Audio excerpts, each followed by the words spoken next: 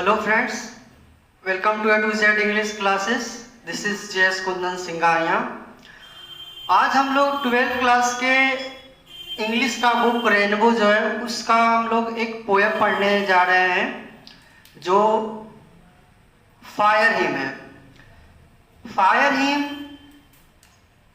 के जो राइटर हैं वो एक ऐसे राइटर हैं जो कि आज हम उनके राइटर के बारे में जानेंगे कि फायर हिम के जो राइटर हैं वो एक ऐसे राइटर हैं जिनका जन्म हमारे देश के आज़ादी के पहले हुआ था। आइए जरा हम इनके बारे में डिटेल से समझते हैं।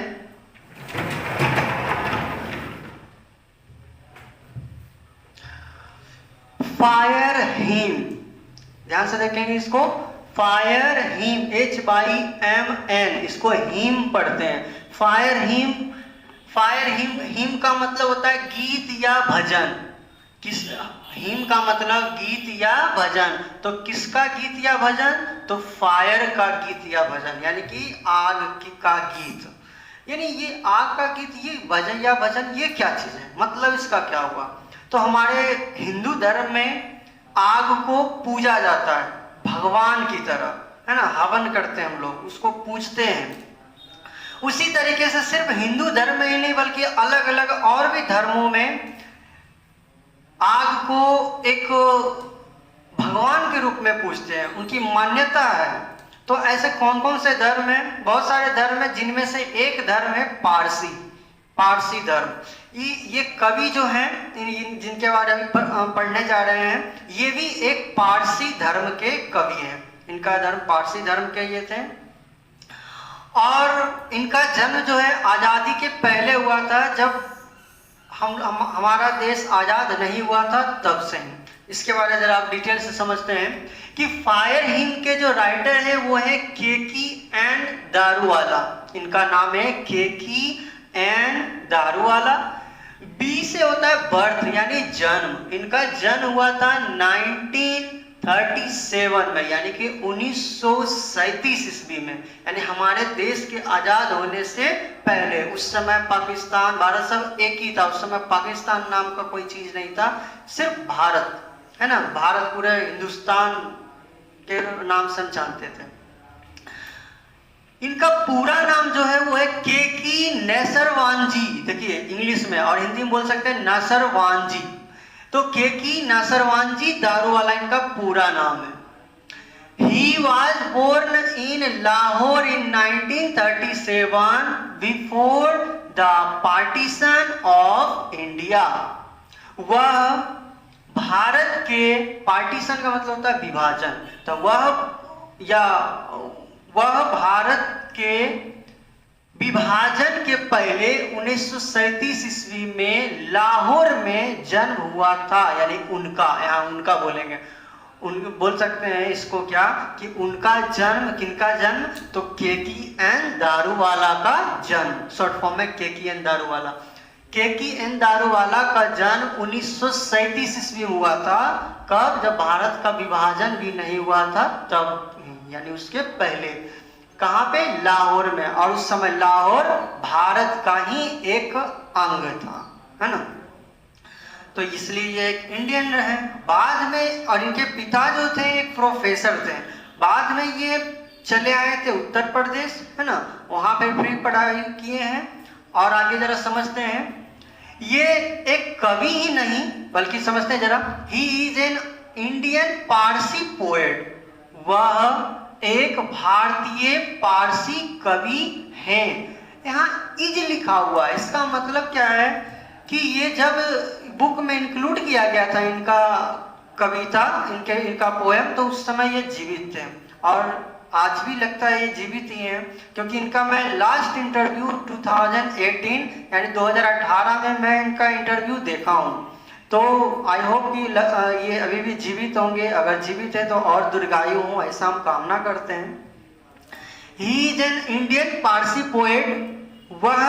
वह एक भारतीय पारसी कवि हैं। ये पूछा जा सकता है इससे ऑब्जेक्टिव कि ये कवि जो हैं कैसे कवि हैं? तो पारसी पोएट हैं, Indian Parsi poet. And short story writer, और साथ ही साथ ये शॉर्ट स्टोरी के राइटर हैं इन इंग्लिश लैंग्वेज। कौन सी भाषा में? तो अंग्रेजी भाषा में। ये अंग्रेजी भाषा के कवि हैं, यानी इंग्लिश लैंग्वेज में। पूछा जा सकता है क्वेश्चन, कैसे बहुत सारे ऑब्जेक्टिव इतना ही से बन सकता है। कैसे? तो जैसे कि KKN दारूवाला वो कैसे कवि हैं? तो इंडियन पारसी पोएट है। इनका लैंग्वेज क्या था? ये किस भाषा में लिखते थे कविता या कहानी? तो ये लिखते थे इंग्लिश भाषा में। तो इससे हमें एक चीज ये भी पता चला कि ये इंडियन इंग्लिश राइटर है, यानी भारतीय अंग्रेजी भाषा में लिखने वाले कवि हैं। कहा जाता है क्या कि ये पहली पीढ़ी के, भारत के पहली पीढ़ी के ये कवि हैं जो कि इंग्लिश में कविताएं या कहानियां लिखा करते थे, है ना। कविता लिखने वाला एक्चुअली में क्या कि ये कविता लिखने वाला भारत के प्रथम पीढ़ी के कवि हैं ये। आगे समझते हैं। He is also a former. Farmer का मतलब होता है पूर्व, यहाँ फार्मर नहीं फॉर्मर है। फॉर्मर का मतलब होता है पूर्व। He is also a former Indian police service. Indian police service को शॉर्ट फॉर्म में बोलते हैं IPS। यहाँ वही मैं लिखा हूँ IPS, यानी SP जो होते हैं या उससे बड़े ऑफिसर जो होते हैं। तो he is also a former Indian police service officer. वो कवि तो थे, सिर्फ कवि ही नहीं बल्कि ये एक पूर्व मतलब पहले, है ना, पहले एक इंडियन पुलिस सर्विस ऑफिसर भी थे, यानी IPS ऑफिसर भी ये थे। कवि तो थे और कवि से पहले ये क्या थे? तो इंडियन पुलिस सर्विस यानी IPS ऑफिसर थे ये। और समझते हैं इनके बारे जरा। ही वॉज अवॉर्डेड द साहित्य अकादमी अवार्ड 1984। उन्हें साहित्य अकादमी अवार्ड से सम्मानित किया गया या पुरस्कृत किया गया। कब किया गया था? तो 1984 में। तो इनको कौन सा अवार्ड मिला है? साहित्य अकादमी अवार्ड। आई होप ये समझ गए होंगे आप लोग। तो इसके बारे और जरा हम लोग डिटेल से जानते हैं।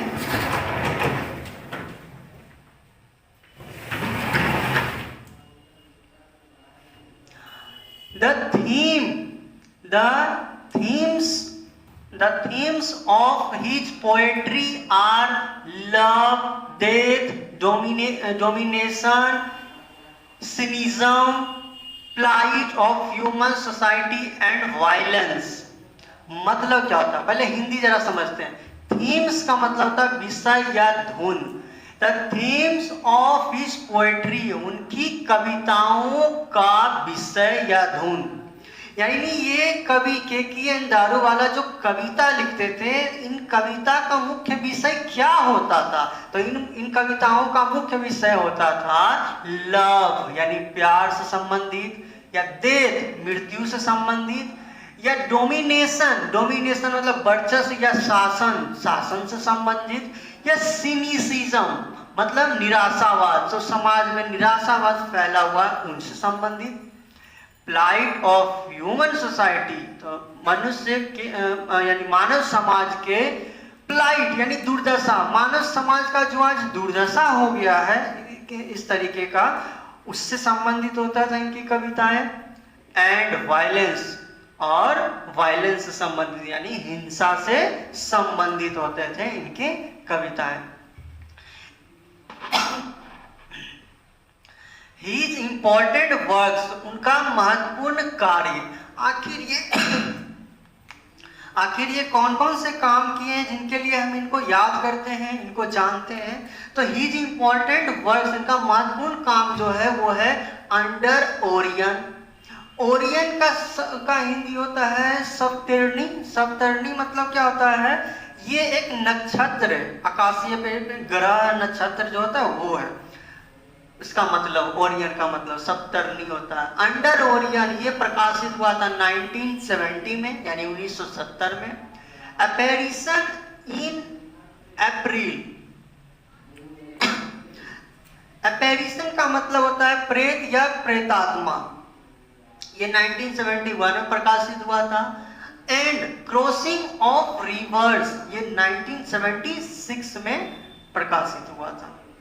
आई होप कि आप लोग इसे अच्छी तरीके से समझ गए होंगे। आज हम लोग फायर हिम के राइटर के बारे में जाने हैं।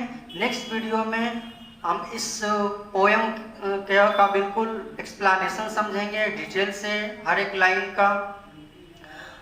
अगर आप इस चैनल पे नए हैं तो इस चैनल को सब्सक्राइब करें, लाइक करें और शेयर करें अपने फ्रेंड्स में।